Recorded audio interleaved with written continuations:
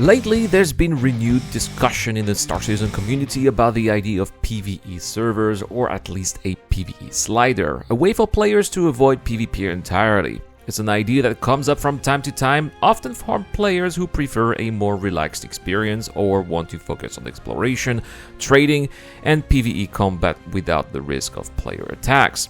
At first glance, it might seem like a reasonable request. After all, many MMOs offer PvE options, but Star Citizen is not like most MMOs, and introducing a PvE mode could have significant consequences for the game's economy, balance, and overall experience.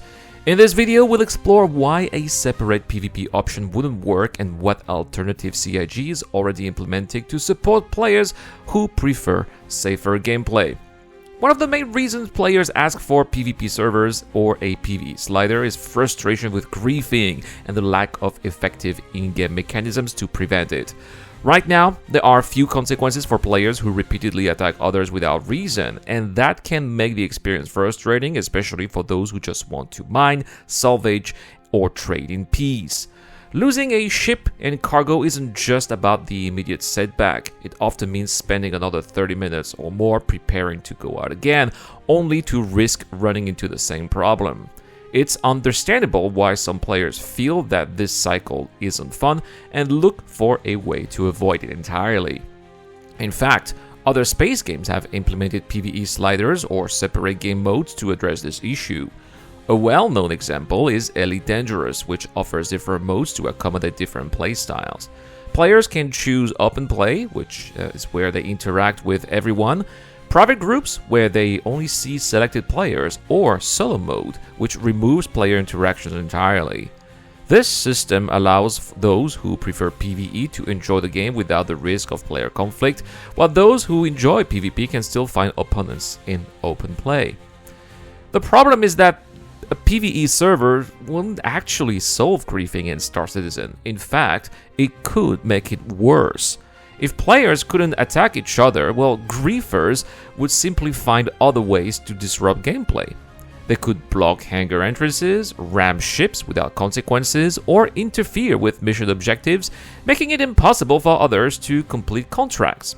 And because it would be a PvE environment, there would be no way to fight back. No ability to remove troublemakers, and because it's an alpha, there will be no security mechanisms to get rid of them. There will be nothing. In the end, rather than preventing griefing, PvE servers would just create a space where disruptive players could act without any real consequences.